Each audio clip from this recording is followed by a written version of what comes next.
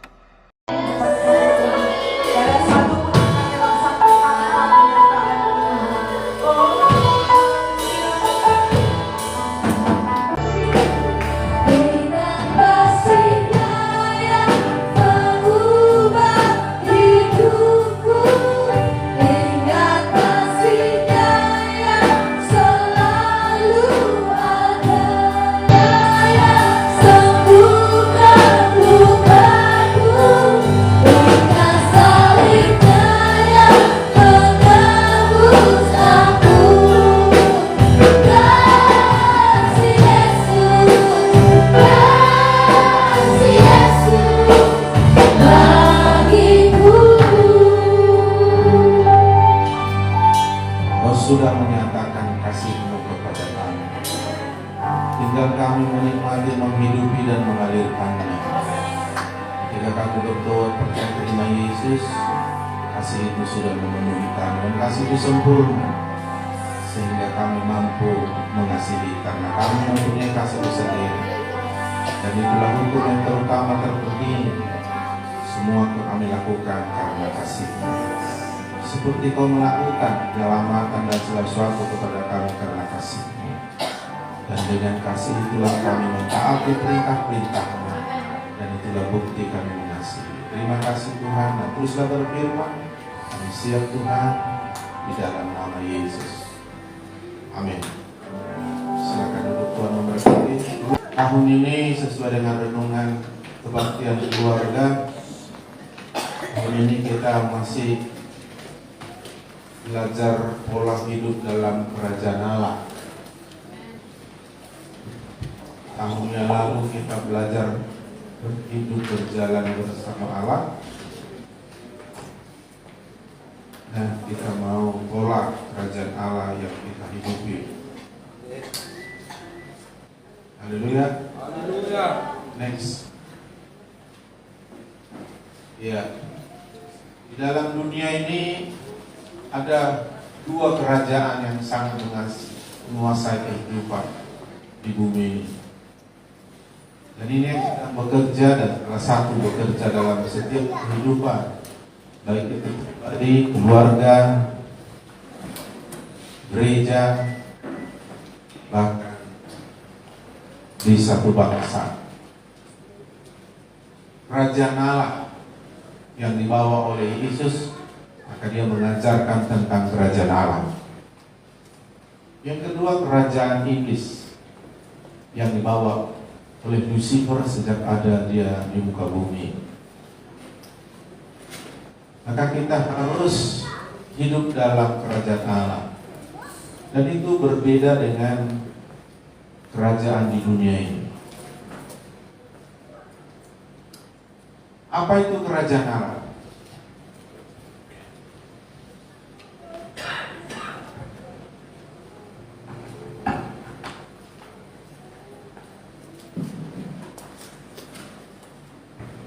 Kerajaan Allah itu pemerintahan Allah, tempat di mana Allah memerintah.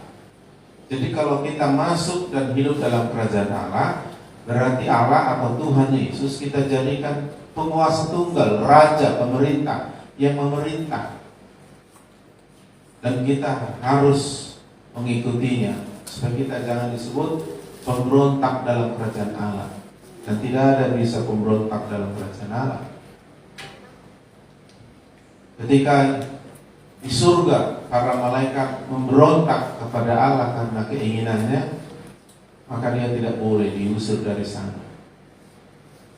Hanya saja sampai sekarang dia berhasil menggoda dan menipu Adam dan Hawa, sehingga sejak itu dunia ini di bawah kuasa kerajaan iblis. Dan Yesus datang membawa kerajaan Allah. Dan dipanggilnya kita bertobat dan percaya kepada Yesus. lalu disuruhnya kita hidup dalam kerajaan Allah. Baru kita ada dalam kerajaan Allah. Tentu kerajaan Allah lebih berkuasa daripada kerajaan iblis. Jadi di bumi ini ada orang hidup dengan pola kerajaan iblis, ada hidup dalam pola kerajaan Allah. Nah, hidup dalam pola kerajaan iblis, hidup menurut keinginan daging, hidup menurut pikiran, pengetahuan, menurut dunia ini, menurut hal-hal jasmani yang mengandalkan pikiran dan hidup semau gue. Tapi ketika kita bertobat, kita tinggalkan, lalu kita hidup dalam kebenaran. Apakah yang kita cari dalam kerajaan Allah sehingga kita memastikan kita memiliki kerajaan Allah? Kalau hidup dalam kerajaan Allah, terus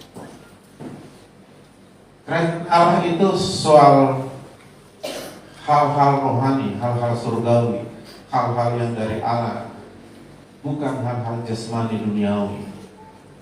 Yaitu kerajaan Allah itu adalah soal kebenaran. Kita tahu kebenaran itu adalah Yesus dan perkataannya atau firman-Nya. Kerajaan Allah itu soal kuasa Allah, kekuatan Allah.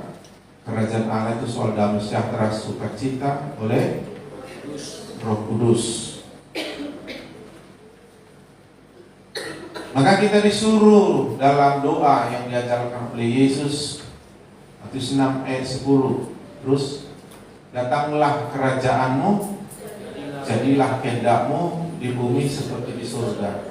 Jadi kita sendiri yang meminta, menginginkannya dan masuk ke dalam kerajaan Allah.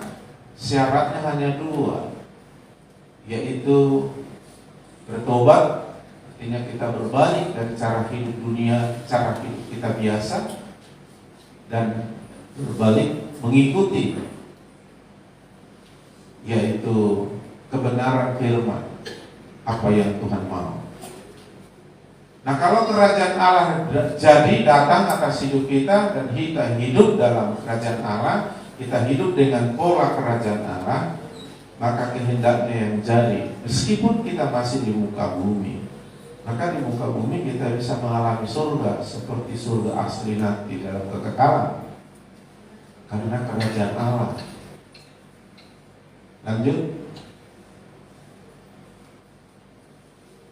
Jadi kerajaan Allah bukan hal-hal jasmani, tetapi kebenaran yang sempurna, kebenaran yang sejati adalah Yesus dan firman-Nya, kuasa kekuatan Allah sendiri, dan damai sejahtera sukacita oleh Roh Kudus. Jadi kalau orang hidup dalam kerajaan Allah, berarti hidup dalam kebenaran, hidup dengan kekuatan kuasa Allah, hidup dalam damai sejahtera sukacita. Ketika orang sudah memiliki kerajaan Allah, berarti memiliki kebenaran kuasa Allah dalam sejahtera sukacita. Dan ini tidak ada di dunia, ini hanya ada di dalam kerajaan Allah. Lanjut. Kebenaran itu adalah Yesus dan firman-Nya, bukan pendapat kita, bukan apa kata orang, kata dunia. Bukan benar menurut orang dunia, tapi kebenaran yang sejati, yang sempurna, yang absolut adalah Yesus dan firman-Nya. Maka Yohanes 14 ayat 6 Tuhan bilang, akulah jalan benar dan hidup. Berarti di luar Yesus tidak ada yang benar. Meskipun baik, meskipun nampaknya baik, tapi yang benar sudah pasti baik, yang baik belum tentu benar.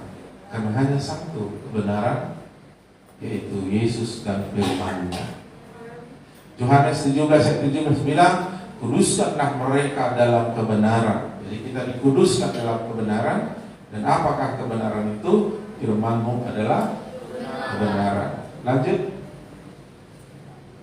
Kerajaan Allah itu adalah kuasa kekuatan Allah. Dan itu diterima orang percaya saat Roh Kudus turun atasnya. Kisah Rasul 1:8 bilang, tetapi kamu akan menerima kuasa Allah, kuasa yang luar biasa, kuasa yang memberi kemenangan, kuasa yang menyanggupkan kita melawan musuh-musuh kita dan mudah kita mengalahkannya. Kalau Roh Kudus turun atas kamu, dan kamu akan menjadi saksiku di Yerusalem dan seluruh Yudea Samaria sampai ke ujung bumi. Dan orang yang memiliki kuasa Allah pasti menang. Kenapa harus diberi kita kuasa Allah? Karena kita terbatas, apalagi banyak kelemahan.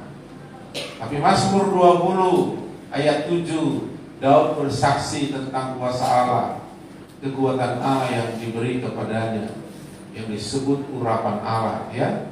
Sekarang aku tahu bahwa Tuhan memberikan kemenangan kepada orang yang diurapinya dan menjawabnya dari surga yang kudus dengan kemenangan yang gilang gemilang oleh tangan kanannya. Jadi Daud itu seorang yang disepelekan, masih muda tapi mengalami prestasi yang luar biasa, menang demi menang. Bahkan dia lebih hebat dari seluruh tentara Israel yang terlatih, termasuk Raja Saul. Padahal dia bukan lulusan akademi militer atau seorang yang hebat dalam peperangan. Tapi Daud tahu kenapa dia begitu luar biasa. Setiap dalam peperangan, ketika dia diangkat sebagai seorang tentara di kemiliteran kerajaan Saul pada waktu itu, dia justru mengalami kemenangan demi kemenangan, bahkan lebih hebat dari siapapun pada zamannya. Dan Daud tahu semua itu karena Tuhan memberi pengurapan, Tuhan menjawab Daud dalam kemenangan yang gilang gemilang. Jadi urapan. Nah, urapan itu digambarkan dalam perjanjian lama itu minyak. Jadi kalau dulu seluruh nabi, imam, khususnya gembala akan membawa minyak di tanduk, ya, rusa atau lembu. Dan ketika mau mengurapi seorang raja, maka ditaruh minyak itu di kepala. Minyak itu bicara urapan, kuasa Allah yang dilepaskan kepada seseorang untuk dia mampu mengemban dan berhasil mengemban tugas karena kekuatan itu. Dan Daud mengalaminya karena Daud pernah diurapi oleh Nabi Samuel. Dan sebenarnya minyak itu prosesnya saudara tahu. Kalau kita ambil biji sawit, lalu dibakar, lalu diperas, baru keluar minyak. Jadi ada pemerasan.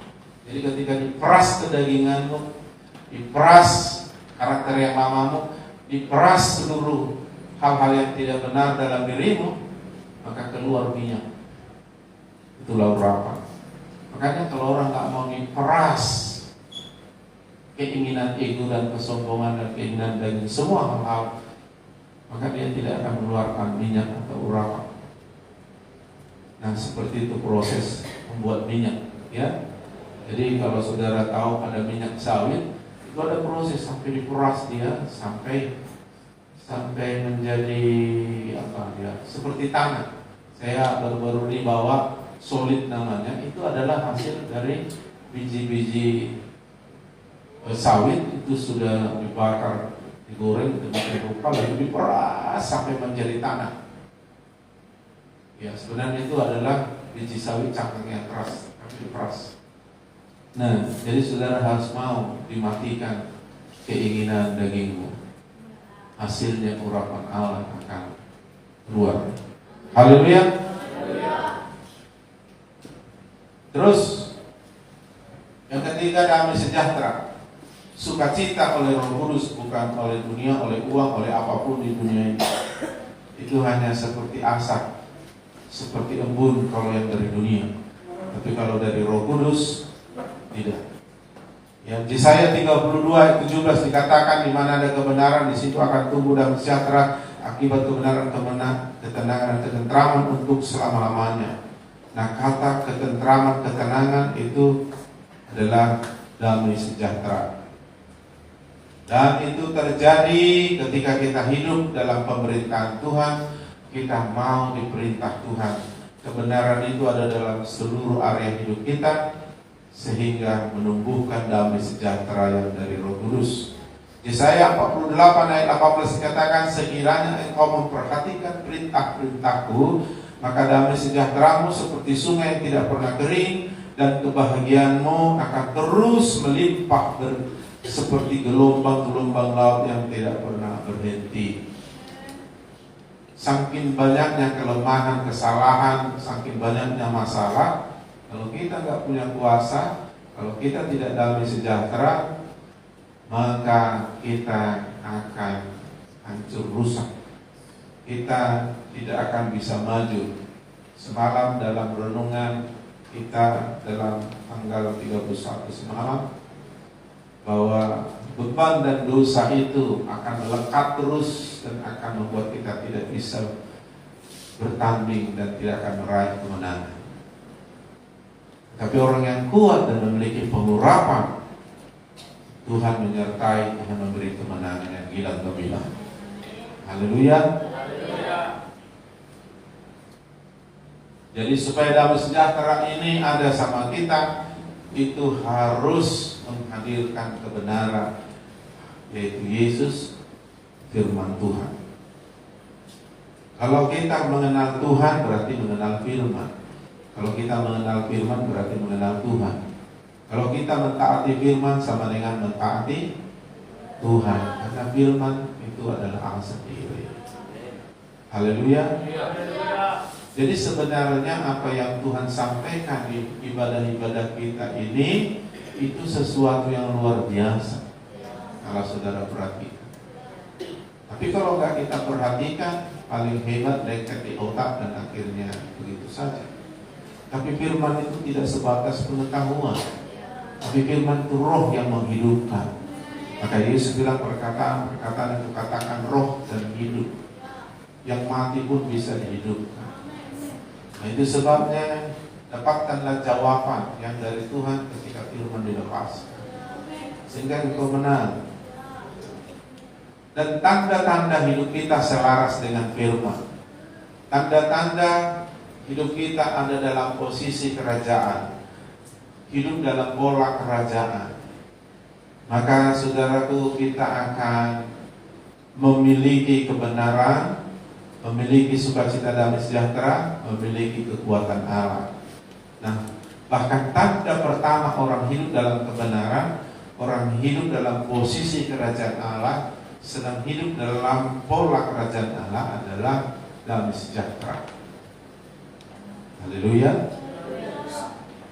Jadi damai sejahtera tidak datang sendiri dan tak perlu kita mengemis atau mencari di dunia. Walaupun banyak orang-orang yang tidak hidup dalam kerajaan Allah coba menghibur diri dengan sukacita damai sejahtera itu dan bayar mahal untuk itu. Mereka harus jalan-jalan ke seluruh dunia menghabiskan uang, dan ketika mereka dapat, mereka akan nikmati sebentar, tapi seperti uap akan hilang. Tapi kalau sukacita dan sejahtera dari Allah sudah digambarkan tadi, ketika kita hidup dalam kebenaran-kebenaran firman yang kita perhatikan, damai sejahtera kita nggak pernah kering seperti sungai, kebahagiaan kita tidak pernah berhenti seperti ombak. Jadi tidak melihat situasi kondisi, hanya kalau kita ada dalam posisi kerajaan Allah, itu dalam kebenaran. Jadi kalau hidup kita nggak damai sejahtera, cepat ke koreksi diri, ada yang salah dengan diri. Tapi Pak, situasinya begini, damai sejahtera itu tercipta dalam diri kita, tumbuh dalam diri kita, bukan karena situasi kondisi. Hanya karena kita mencari, mengejar dan masuk dan hidup dalam kerajaan Allah, itu kebenaran. Karena di mana ada kebenaran, ada orang sampai saya ketawa dan kasihan. Iya kan? Ada yang salah di pikirannya, tapi menganggap dia benar dan membela diri karena kesombongan egonya, melawan dia terus. Dan saya lihat mukanya cemberut, tak bisa senyum. Aku bilang dalam hati, kasihan ini orang udah jelek, tambah jelek. Orang kalau udah jelek cemberut lagi, mutung, makin jelek dia. Tapi kalau orang hatinya cantik, muka yang jelek tertutupi. Amin. Tertutupi. Makanya ada nyanyian girong galot. Artinya dalam bahasa Indonesia hitam manis.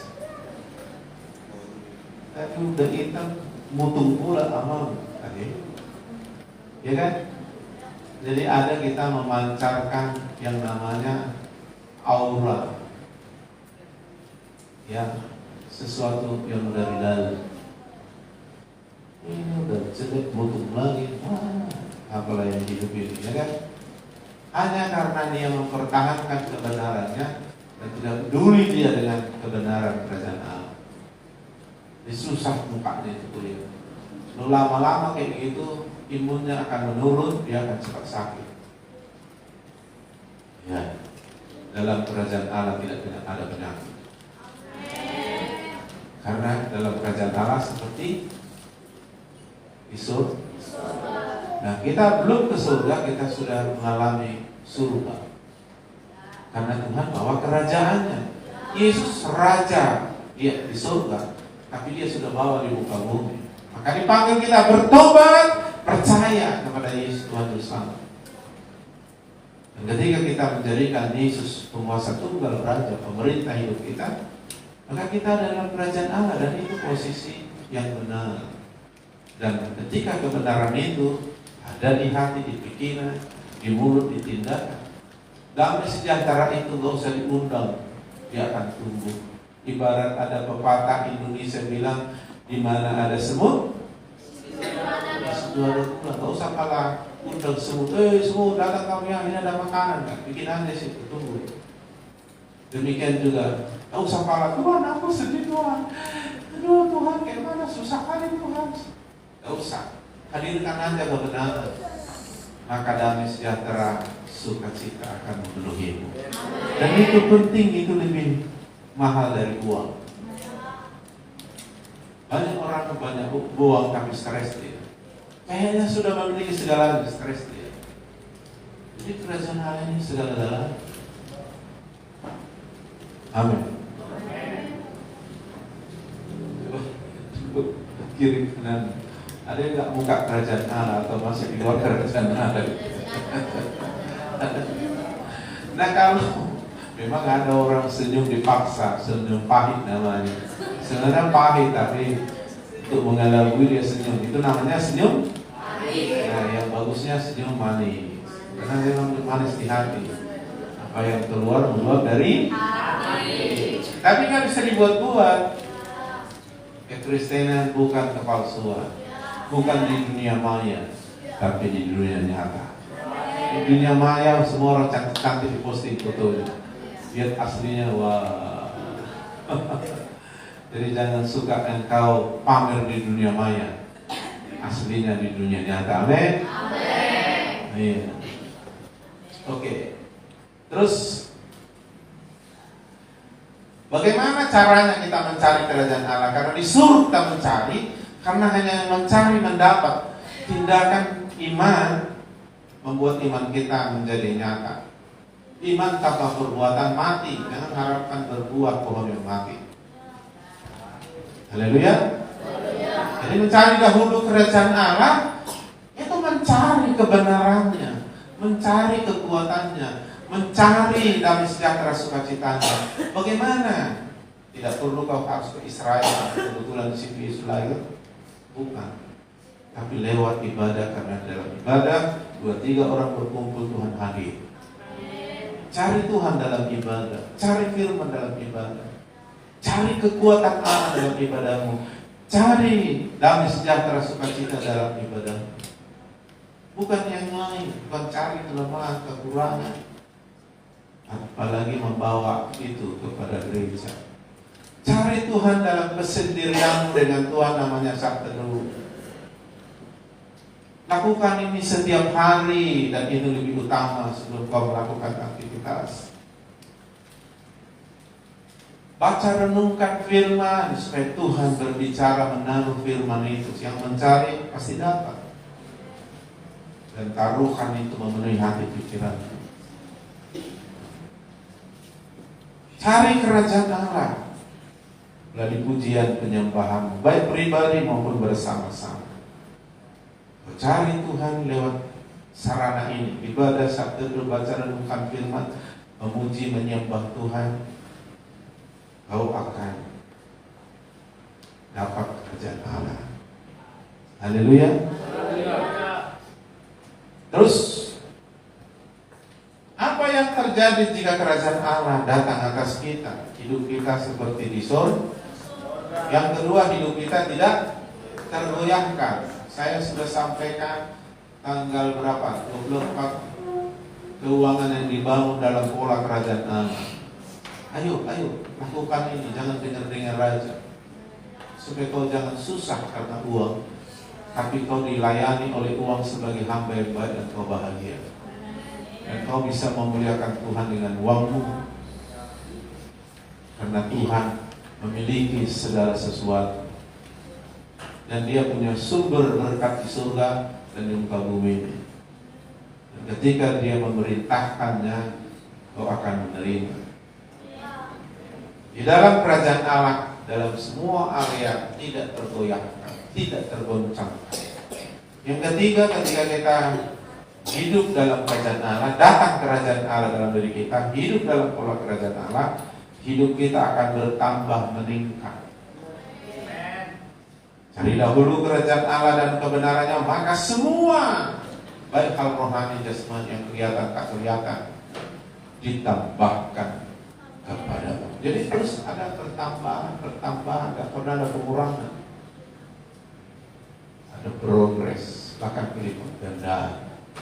Dan firman sanggup melakukan itu. Dan firman tidak bisa gagal. Siapapun yang mengikutinya akan berhasil. Siapapun yang menselaraskan hidupnya, firman itu akan membuat engkau apa saja yang kau berbuat akan berhasil. Next. Jadi mulai sekarang tahun 2024 tanggal 1 Januari, putuskan hidup ini pilihan keputusan, tidak kebetulan. Apa yang kau lakukan, itu yang kau terima. Apa yang kau tabur, itu yang akan kau tuai. Apa yang ada di hati, isi kepala hatimu, yang kau katakan dan kau miliki, kau lakukan, itu yang akan terjadi. Itu sebabnya Tuhan mau kau tanamlah benih firman di tanah hatimu yang baik. Teruslah terima di pikiranmu firman supaya berubah pikiranmu. Deklarasikan, katakanlah firman supaya diarahkan engkau seperti kemudi kapal yang besar kepada tujuan. Melakukanlah firman Tuhan, maka damai sejahtera, sukacita, kekuatan, kuasa Tuhan, bahkan kebenaran Tuhan akan menguduskan, memerdekakan, bahkan membawa kita kepada kesempurnaan. Haleluya. Keputusan. Jadikan kerajaan Allah menjadi hal yang harus kau rebut dari apapun itu yang kau ingin. Sebenarnya kita ini belum 100% mengasihi Tuhan.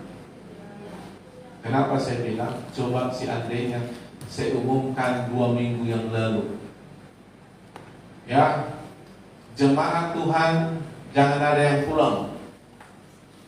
Karena tiba-tiba saya bertemu dengan Jokowi, presiden kita akan datang kunjungan ke gereja kita, dan dia akan membuka usaha jemaat supaya jemaat ini sejahtera. Saya yakin tak ada yang pulang kampung 100%. Kalau bisa diajak familinya supaya gak pernah ini. Ya, sama artinya Tuhan undang kita datang mengawali, mengakhiri hidup kita dengan Tuhan. Tapi karena mereka tidak bisa melihat Tuhan, tak bisa menilai Tuhan di atas segalanya, maka banyak kali yang asal, yang ngantuk lah, yang apalah, yang ketiduran di rumah lah karena semalam agak begadang sedikit lah, banyak kali yang asal. Karena pikiran kita itu kalau hal-hal rohani itu nggak tajam, hal-hal jasmani tajam. Kenapa? Ya karena hanya mereka berpikir sesuatu yang menguntungkan dirinya secara pribadi, secara jasmani. Jadi kita ini hebat kali kalau mengujar hal-hal jasmani, padahal sebenarnya Tuhan di atas segalanya. Atau saya bilang begini dengan semboyan, kau punya Tuhan Yesus, kau punya segalanya. Kau tidak punya Yesus, segalanya sia-sia begini. Kau punya Tuhan Yesus, maka kau sudah pasti ada jaminan kepastian. Kau punya kerajaan Allah, kau sudah punya semua. Kau hidup dalam pola kerajaan Allah, sudah dipastikan masa depanmu cerah. Karena dalam kerajaan Allah tidak mungkin ada kegagalan. Karena hidup dalam kerajaan Allah sama dengan di surga. Sekarang putuskan, kau hidup dengan caramu, pikiranmu, pengetahuanmu, keinginanmu, pola dunia, cara pikir dunia, hanya hal-hal jasmani, dan engkau ada di bawah kuasa si jahat. Saya bacakan 1 Yohanes pasal yang ke-5 ayat yang ke-9, dikatakan kamu berasal dari Allah, tapi seluruh dunia di bawah kuasa si jahat. Seluruh dunia. Dunia itu berbicara sampai langit sana, sampai bumi ini semua, bahkan sampai di dalam laut. Semua bumi dan langit sana ada di bawah kuasa si jahat, ada di bawah kerajaan iblis. Makanya iblis coba menawarkan kerajaan dunia, kerajaannya kepada Yesus. Kalau kau menyembah aku, dalam pencobaan Matius pasal 4, kau akan berikan semua kemuliaan dunia, harta kekayaan semua, karena dia memilikinya sejak Adam dan Hawa ditipu. Jadi cara hidup pola dunia itu tidak jauh beda dengan sistem pemerintahan kerajaan iblis. Makanya manusia tidak ada benar, hanya Yesus dan firman yang benar. Jadi jangan pertahankan kebenaran, karena bagi Tuhan itu sampah, kain baknya busuk. Kalau ada orang yang benar, tak perlu Yesus lagi datang mati di kayu salib. Tapi Tuhan tidak akan datang kepada orang yang merasa benar, tapi Tuhan datang kepada orang berdosa yang sadar dan mau bertobat. Dan dia memberikan kerajaannya. Dan ketika kerajaannya kita miliki, kita sudah memiliki semuanya. Kita dikondisikan seperti di surga, dan di surga tidak ada kemerosotan. Ada orang-orang yang menceritakan pernah ke surga. Di surga ada pohon, tapi tidak ada di sana daun yang busuk dan gugur. Semuanya kekal. Hidup tapi semua dalam kekekalan. Di muka bumi masih ada pohon yang daunnya gugur dan busuk. Surga tidak ada yang namanya hal negatif, yang namanya kematian, kemerosotan tidak ada di surga. Makanya pohon di sana nggak ada yang lain gugur, apalagi busuk. Orang pun di sana nggak ada yang bisa sakit, apalagi mati. Nah, hal itu terjadi ketika kita hidup dalam kerajaan Allah dengan setting kita mungkin 120 tahun sehat itu bersaksi, lalu kembalikan tubuh kita ke tanah karena ini bukan bisa lagi masuk ke alam kerajaan, maka diberi tubuh yang baru. Haleluya. Jadi putuskan kau hidup dalam pola kerajaan Allah atau bukan dalam pola kerajaan Allah. Semua yang bukan berasal dari Allah atau kerajaan Allah sudah pasti itu berasal dari dunia ini, dan dunia ini ada dalam pola kerajaan iblis. Haleluya. Tanda-tandanya kita tidak hidup dalam kerajaan Allah, kita hidup di dunia seperti di neraka. Lalu iblis mengelabui, ditawarkan oleh iblis lah surga di dunia, namanya surga dunia. Tapi sebenarnya ibarat tukang pancing sedang memancing ikan untuk dimakan. Iblis tidak pernah memberi, iblis hanya memakai umpan menipu. Dia seolah-olah menyembuhkan, seolah-olah memberi damai, seolah-olah memberi jawaban kesuksesan, harta, kekayaan. Tapi itu hanya jebakan. Yesus membuka rahasianya. Yohanes 10. Pencuri itu iblis, hanya datang untuk mencuri, membunuh, membinasakan. Yesus datang memberi hidup supaya hidupmu dalam segala kelimpahan. Karena Yesus adalah sumber, bukan iblis. Iblis memiliki kekayaannya itu hanya karena sudah dirampasnya dari Adam dan Hawa. Itu dia. Ya. Jadi oleh sebab itu Yesus pernah marah kepada Petrus karena dia sudah diajari firman, tapi isi kepalanya masih konsep dunia, konsep iblis, pikiran manusia, bukan pikiran dari Allah. Dia bilang, enak kau iblis, kau hanya memikirkan apa yang dipikirkan manusia, bukan dipikirkan oleh Allah. Jadi kalau kau mau tahu apa pikiran Allah, firman Tuhan itu adalah pikiran Allah. Kau akan bisa mengerti apa yang Tuhan pikirkan ketika kau mengerti firman Tuhan. Maka kita harus memikirkan pikiran Tuhan. Makanya kita jadi berubah, tidak sama dengan dunia ini, tapi memiliki pikiran Kristus, pikiran Allah. Dan pikiran Kristus itu tahu kehendak Tuhan, mana yang baik, berkenan, dan yang sempurna. Dan kita tidak meraba-raba lagi. Ya, orang dunia tunggu jatuh baru sadar, tunggu jatuh baru tahu. Itu pun jatuh terus karena dia hidup dalam kegelapan. Tapi kalau orang-orang sudah mengerti firman, menangkap pikiran Kristus, merubah pola pikirnya, maka dia memiliki pikiran Kristus, sehingga dia tahu apa yang berkenan, apa yang sempurna, yang dikehendaki Tuhan. Sehingga dia berjalan bukan seperti dalam gelap, tidak tahu, coba sana, coba sini, tabrak sana, tabrak sini, menyesal kemudian tiada guna kata pepatah. Tapi kalau dalam Tuhan, sebelum terjadi kita sudah melihat, karena firman itu menjadi terang pelita bagi kaki kita. Ayo jalani sepanjang tahun ini dengan pola kerajaan Allah. Kita hidup di dunia, tapi pola kerajaan Allah yang kita isi kepala dan hati, ngomong tindakan kita tidak berbeda dengan kebenaran firman yang kita terima. Maka gereja atau ibadah kita adalah untuk kita terus menerima dan mengisi hati pikiran kita dengan pola itu. Karena firman itu adalah kebenaran, dan kebenaran itu adalah bagian dari hidup dalam kerajaan Allah. Tanda pertama ketika orang sudah hidup dalam pola kerajaan Allah itu kebenaran, langsung damai sejahtera itu nampak. Itu tanda pertama, ya, tanda awal, baru tumbuh yang lain-lain. Kebenaran yang memerdekakan, kebenaran yang menguduskan, terus kita dapat hikmat dan sebagainya, keberhasilan. Tetapi tanda pertama, alarm pertama, tanda bahaya pertama, aba-aba pertama ketika kau gak damai sejahtera, apapun alasanmu. Karena damai sejahtera ini bukan karena situasi yang baik dan kita damai sejahtera. Bahkan di tengah ombak gelora pun kita bisa tenang dalam damai sejahtera. Contoh, Daud bisa tidur nyenyak.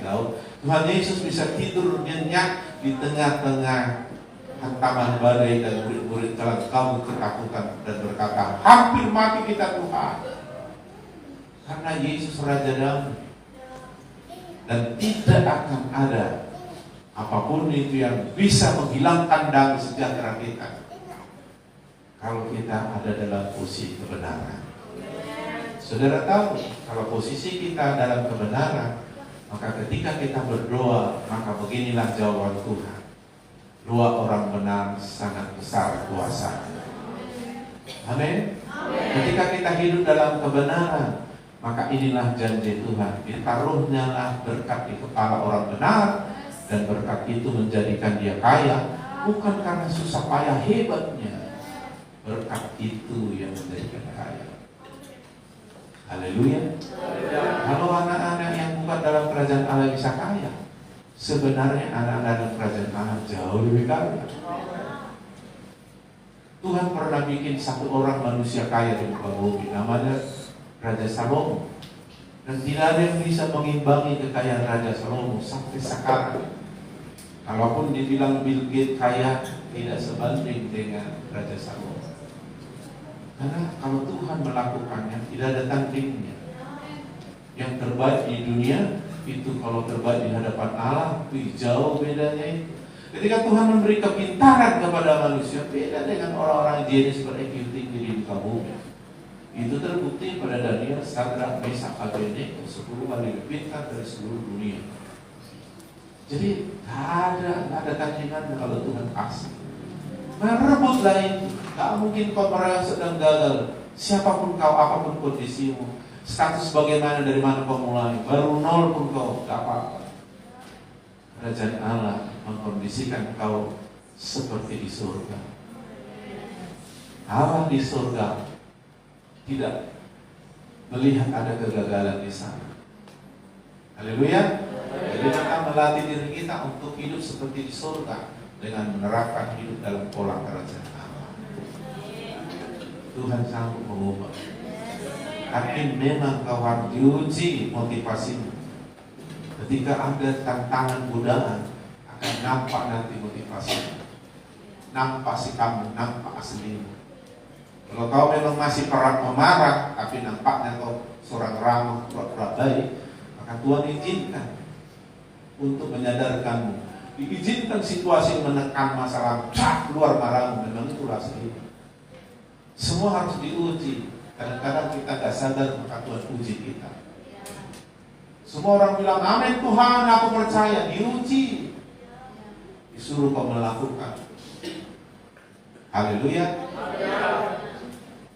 Nah, ini nampaknya ekstrim. Tapi kadang-kadang Tuhan ajar kita dengan harga yang sangat mahal, untuk melihat kita tahu menilai. Untuk Tuhan melihat penilaian kita, motivasi kita. Tuhan dengan yang dunia seperti Daniel, aku tidak akan menyembah Allah yang tidak aku kenal. Kalaupun aku mati, aku tidak akan menyembah Allah yang tidak aku kenal, karena aku sudah mengenal Allah nenek moyang. Akhirnya dia mengalami tantangan kesulitan, dia dibakar. Si Sadrak Mesak Abednego dimasukkan ke gua singa hukuman mati tadi. Tetapi Tuhan bersama orang yang melakukan firman. Dan dunia segala sesuatu tidak bisa menggagalkan. Itu hanya ujian. Haleluya. Kadang-kadang Tuhan uji kita kayak mundur satu belakang. Tapi ketika Tuhan sudah siap, push. Makanya jangan takut bayar harga. Amin. Kalaupun ada kesulitan demi mentaati Tuhan, sepertinya kau mundur, sepertinya kau mengalami risiko, gak apa-apa. Asal kau koreksi.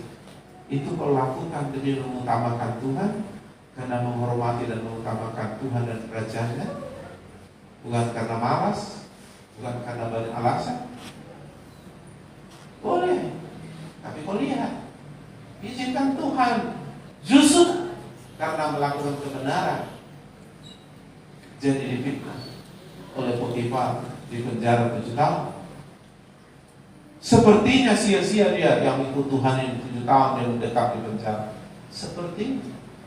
Tapi justru tahu di penjara pun dia mengalami Tuhan, karena kebenaran menumbuhkan dari sejahtera. Bahkan jadi berkat dia, baik dia.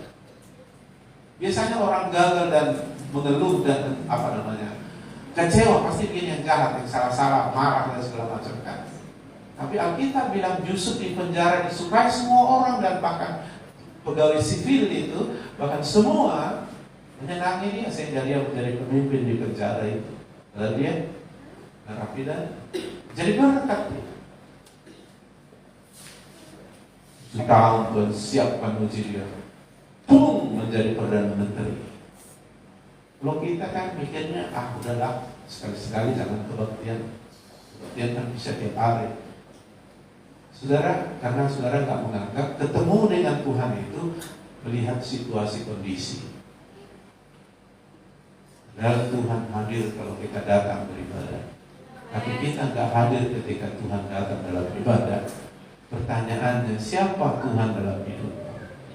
Terpenting atau kalau penting? Kalau penting datang. Jadi jangan jadi orang Kristen terjepit. Tunggu terjepit, gak ada lagi jalan keluar. Oh Tuhan. Tapi jadilah orang Kristen yang taat. Amin. Maka yang terpanggil, terpilih dan setia pasti menang. Jadilah orang setia. Amin. Haleluya. Nah, nikmatilah kerajaan Allah sepanjang tahun ini. Mari kita berdoa.